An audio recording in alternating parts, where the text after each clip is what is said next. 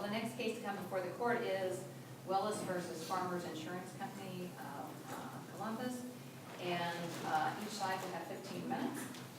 And the appellant may reserve up to 5 minutes, just let me know, please. And I would ask you too, with our new courtroom, I'm not used to all the procedures yet and so forth. And so we are videoing. I wasn't sure we were videoing yet. So please, I just made a mistake with the prior oral argument. Please stay behind the podium if at all possible. Okay. Thank you. May I proceed, Your Honor? Yes, please. I would like to reserve 5 minutes for rebuttal, Your Honor. All right, may it please the court. My name is Robert Austria. I represent Farmers Insurance of Columbus as the appellant in this matter. And just as a matter of background, very quickly, so that we're all on the same page, this case emanates from a motor vehicle accident that occurred on August 31st of 2015. Mark Willis was involved in a motor vehicle accident. His wife, Lori, has a consortium claim in that case. They filed a complaint against Deidre S. Templeton, who is the tortfeasor in this case, and I think both sides will agree that she is an uninsured driver. And also as part of the complaint, the Willises filed a claim for UM and MedPay benefits under a policy that Mr. Willis had with Farmers Insurance. And Farmers filed its answer and also a cross-claim against Templeton in the cross-claim stating that in the event that co-defendant Templeton is found liable, 2 plaintiffs for the injuries and the damages alleged in the complaint as a result of the co-defendant Templeton's negligent conduct. Basically, that co-defendant Templeton will be liable to Farmers pursuant to the subrogation provisions of the insurance policy in Ohio Revised Code Section 3937.18. Just as so, Templeton was served. She never answered. So, accordingly, default judgment was granted on 4/26 of 17, and a damages hearing by the magistrate was held on July 13th of 2017. Why? Why? Did anyone ask for that damages hearing? Yes, yes, and that was, the plaintiffs had asked for the damages hearing, and in all honesty, we consented. However, part of the damages hearing is that they would not be binding upon Farmers.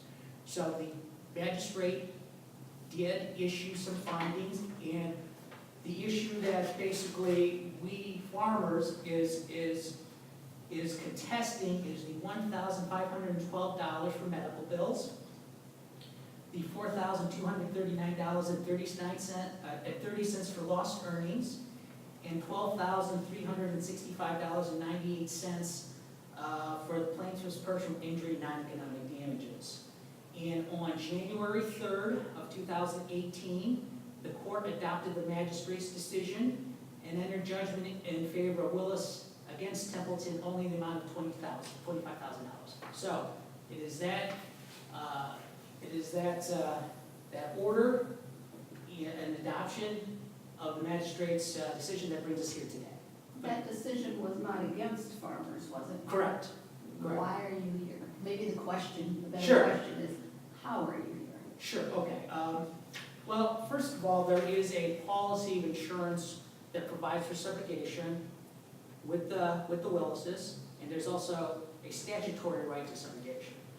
Now, with respect to at least with respect to the MedPay of $1,512 for medical bills, the appellees, the Willises conceived that that was paid.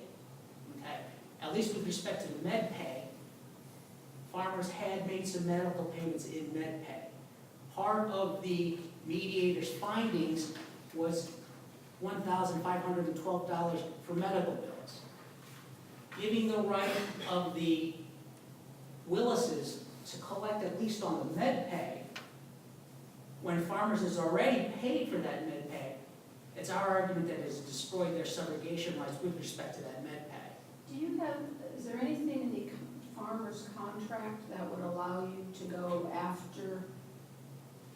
that's a very bad choice of words, to bring suit against the insured to collect if in fact, I might as well use the case at hand, if Mr. Willis was able to get that $1,500 from Ms. Templeton? something in the contract that would allow, I guess, isn't Mr. Willis obligated under the contract to give you that money back? Correct. Well, I'm sorry, go ahead. Okay, well, you said correct, so I want to make sure that I'm reading the contracts Okay. correctly. Okay. And then I guess I go back to saying, how are we even to the point of having this case here yet? Okay, Your Honor. First, there is a contract of insurance. Now, regrettably, the insurance contract was not provided within our appellant's brief. Okay?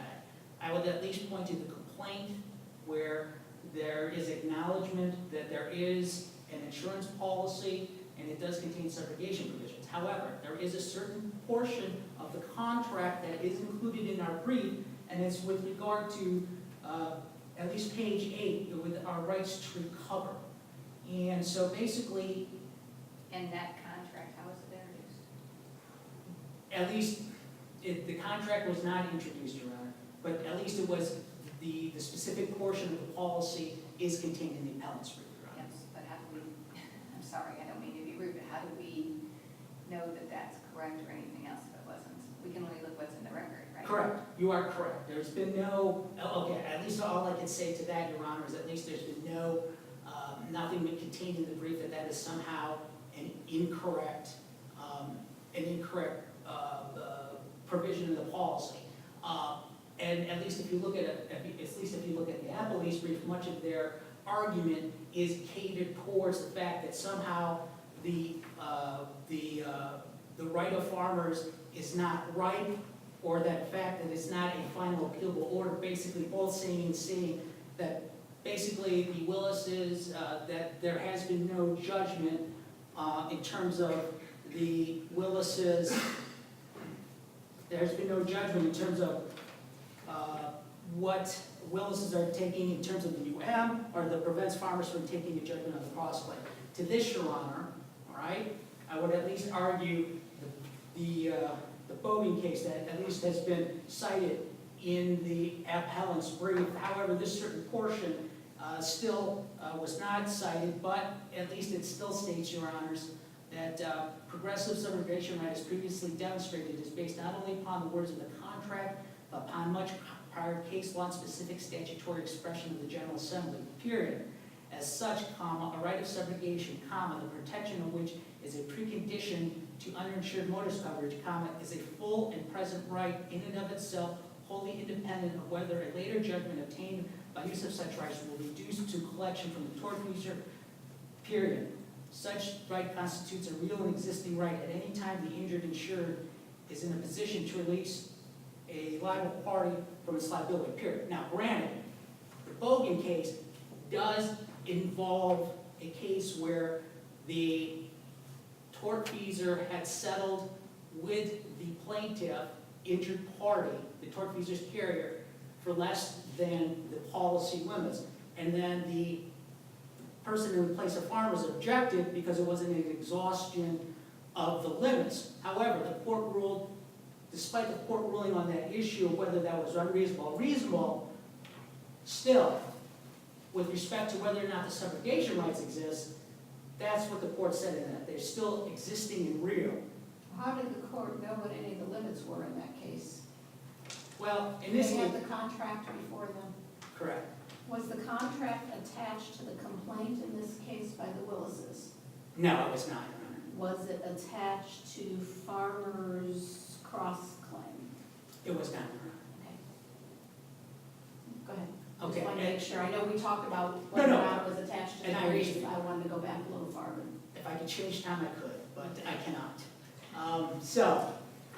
Again, what at least we are arguing is there is a statutory right of subrogation, Ohio case law right of subrogation. In this case, what happened is the mediator had ruled in terms of med pay, the lost wages, and the non-economic damages for personal injury.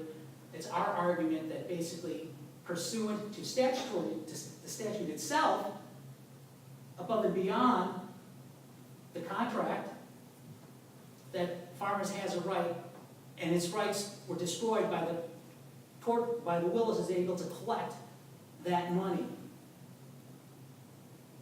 That is all I have. Thank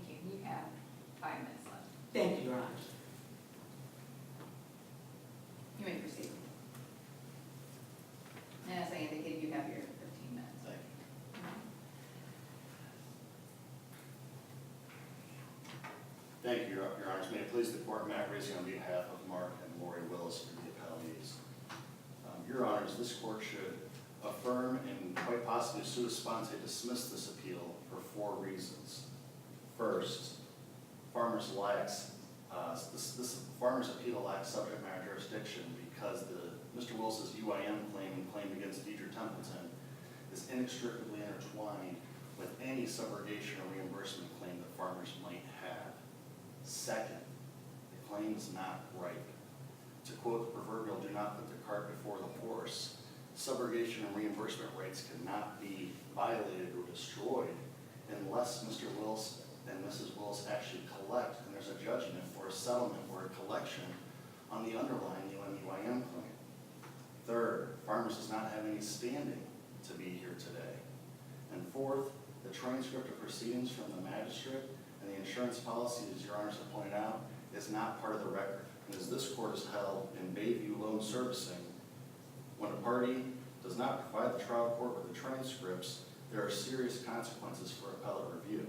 Isn't that only if there are factual issues in dispute? Isn't this basically just a legal issue It is a legal issue, Your Honor, and that we would need the contract? that you need the contract for. You know, in the 10th District in Triplet versus Nationwide Mutual Fire and Roddy versus Williamson, there were allegations from the insurance company that subrogation rights had been destroyed. And in both those cases, Triplet and Roddy, they both said, hold on, we're not even going to look at that if we don't have a contract to review. There's no contract in the record. There's nothing before Your Honors to look at to see if any subrogation rights were violated. Even if the contract was in the record, this would stem back to the ripeness argument. The claim isn't ripe yet. Mr. Willis still has to go through on his UIM claim, and on a UIM claim, to proceed on a UIM claim, you still have to prove the underlying negligence of Ms. Templeton at trial. So Mr. Willis has to prove that there was a duty, a breach, proximate cause, and damages. Let's talk about what could happen at the trial court level. Ripeness, you know, when we talk about dismissing a claim for lack of ripeness, we talk about the case isn't right because it's based on future, speculative, contingent events that may or may not occur at all.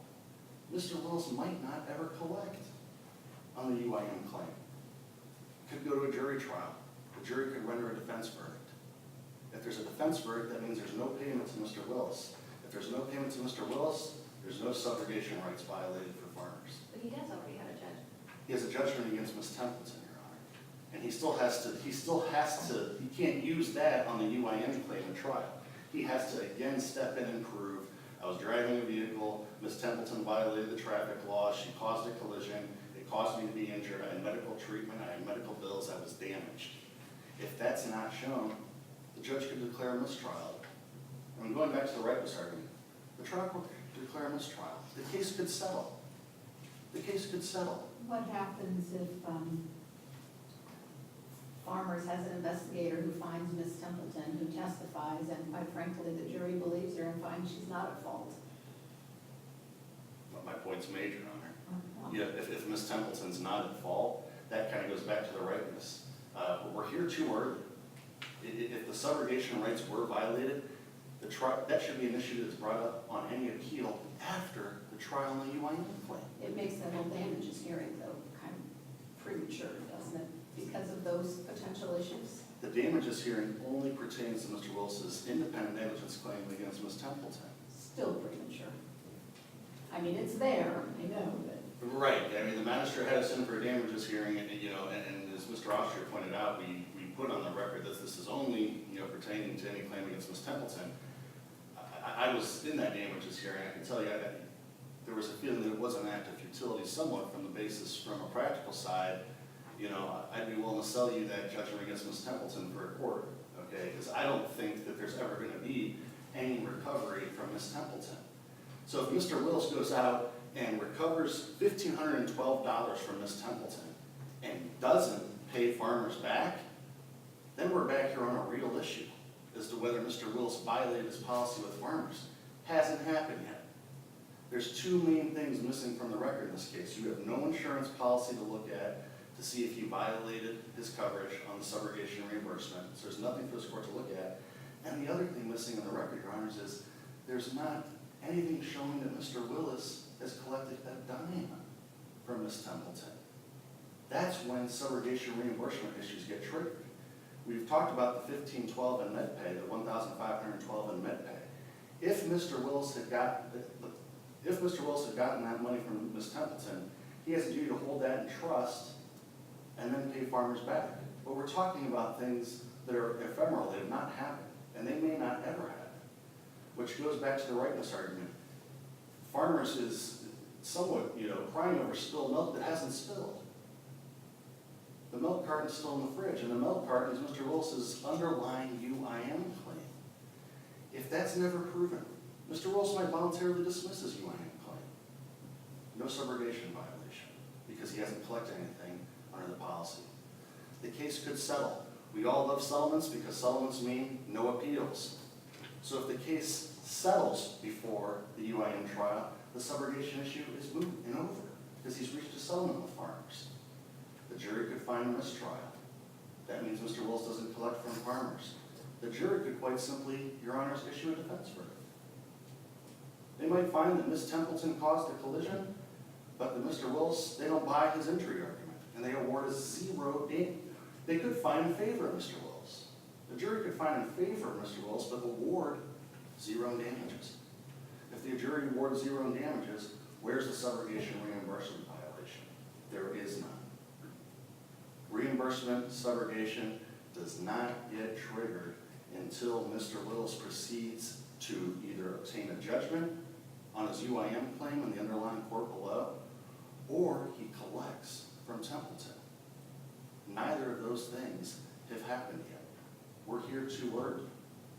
Quite frankly, Your Honor, I don't think that the order, Your Honors, the order that was appealed from below is not even the final appealable order. This court should sua sponte dismiss the appeal for lack of subject matter jurisdiction. And the reason it's not a final appealable order is that the claim, the UIM claim, is inextricably intertwined with farmers' claim here that subrogation reimbursement rates have been violated. Now, I do recognize that the trial court order below does have the magical language, there's no just reason for delay. But as this court has pointed out on multiple occasions, that's not a mystical incantation. Just citing there's no just reason for delay does not make that order automatically final and appealable. And here's why it's not here. The subrogation reimbursement claim is inextricably intertwined with a claim that's still pending. And the claim that's still pending is Mr. Willis's UIM uninsured motorist claim against farmers. Farmers actually points that out in their appellee's brief, that there's still a claim pending. And as we've talked about, there's so many things that could still happen with that claim at the trial court level that could make what we're doing here this morning completely and entirely moot. So I'd argue with that UIM claim still pending, which is inextricably tied to the subrogation reimbursement claim, this court doesn't even have subject matter jurisdiction to hear this appeal today. Moving on to the rightness, as I think I've pointed out on a couple of occasions already, Your Honors, is farmers' claim for subrogation reimbursement is also based on future speculative events that may not occur. And as I pointed out, that could be there's no collection from Ms. Templeton, Mr. Willis loses his case at the trial court level on his UIM claim, a mistrial occurs, the court grants summary judgment to farmers, and there is no trial. The case settles. The case goes to verdict on a jury trial, but the jury awards no damages. All of those are future events that may occur, that if any of those events occurred, farmers doesn't have any subrogation reimbursement rates because Mr. Willis didn't collect anything. So the argument is being made, Judge, that this court's lacking subject matter jurisdiction here, so because the appeal's not even right yet. As you point out, Your Honor, Judge Callahan, there's also questions of whether farmers even have standing to be here. Okay, because as this court held in Midwest Fireworks versus Deerfield, a future contingent or speculative interest is not sufficient to confirm standing. So farmers has not been ordered to pay anything to Mr. and Mrs. Willis, and Mr. and Mrs. Willis have not collected anything from defendant Templeton. So where's farmers standing to even be here today? Because farmers is asserting the subrogation rights have been destroyed. on something, on the future event that is completely contingent or speculative. Your Honor, if there's nothing further, if there's no further questions, again, I would ask that this court either affirm the decision below and remand this matter for proceedings to continue on the UIM plan, or in the alternative, sua sponte, dismiss this matter for lack of subject matter jurisdiction. Thank you, Counselor. Thank you. You got 5 minutes left for rebuttal. Thank you, Your Honor. Okay. At least with respect to the, lack of contract being a part of the record. The Willises have made a claim for farmers under the uninsured motorist portion and MedPay. And actually, one of the cases that, and there was a portion within the contract that is actual provision that is at issue. And finally, there is still one of the cases that the appellees have cited, Warmack v. Arnold, 195 Ohio Ave. 3rd, 3760. Actually, that does contain, the issue in that case was whether or not a counterclaim, you can get a judgment on a counterclaim when the underlying case was not decided. But what more importantly the court had decided, at least with respect to the Warmack case, is that while this Stag Farm, having paid damages suffered by Warmack, had an equitable right of subrogation and is not required to present a formal subrogation agreement or Warmack's insurance policy in evidence. Well, where this at least goes to, Your Honor, is the $1,512. Okay. So, at the end of the day, plaintiff, the Willis's argument is that it's not right, and it's also, it's intertwined with the later, with the Willis's later case for uninsured motorists against farmers. Farmers are stating that there is an actual right now. The fact that the magistrate and the trial court had allowed the $1,512, that destroys farmers' subrogation rights to that amount. And that's what basically is position. It is an existing right now. It is not a right that later comes into fruition, and it's also a right that's been granted, at least according to the Ohio Revised Code, section 3937.1, which has been cited and briefed, at least with respect to this in the appellant's brief, Your Honors. Again, I ask the court to at least take it under advisement, issue the ruling, but as part of that, at least with respect to the $1,512 in MedPay, I believe that the plaintiffs at least should be, the Willises should be directed to pay that directly out of any of the first monies that they receive, if anything, and that any money that could be collected be put into trust, just to see their statutory, the subrogation rights of farmers in this case. Counsel, what if anything is the consequence of farmers' agreement to proceed with the damages hearing? What's the consequences? Well, In terms of your argument that you have a statutory right that's in existence at that time. it looks, Your Honor, what the Willises are doing is collecting on a judgment against Templeton, and then at the same time are going to collect a judgment. And I understand there are different things that could happen, but they're also at the same time proceeding on a case on the uninsured motorist portion against farmers. Those are two separate things that they're dealing and what they're doing in terms of this case. And that's the damages. Now you're able to collect on Templeton, and then later you're going to have a judgment against farmers. That still stands. But isn't farmers, I'm sorry. Go ahead, you go ahead.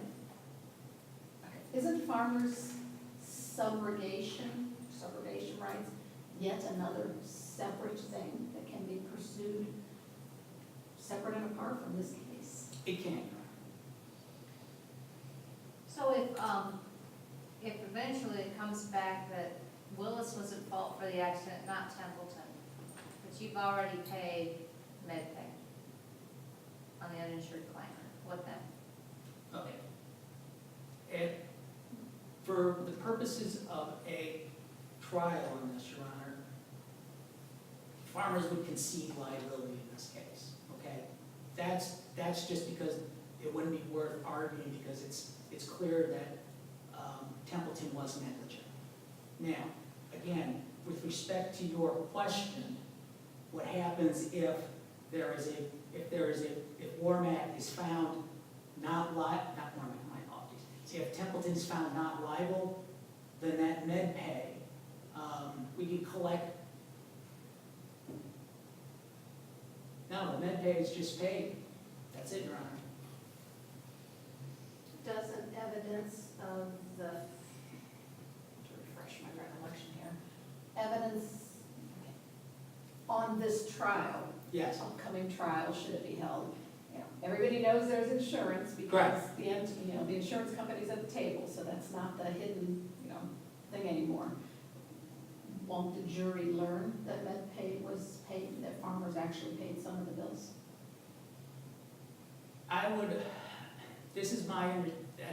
I've never actually gone to trial with respect to this issue, but basically how we lived with it is this is how it's been done, at least from my perspective, and it actually has been at trial, is, so what the juries, they're not gonna hear about farmers in that case. What they're gonna hear about is the medical bills. So if the jury finds that the medical bills are associated with the accident, then counsel go back and look at what the med pay is, and if it's been covered by those bills, then that is how the med pay would be dealt with, at least from a trial perspective, Your Honor. And counsel, I don't know if she has a follow-up, but we're really out of time. Okay. Thanks. Sorry, thank you. No, that's fine. Thank you. All right, thank you. We will take the matter under advisement and issue a written opinion that will be sent to both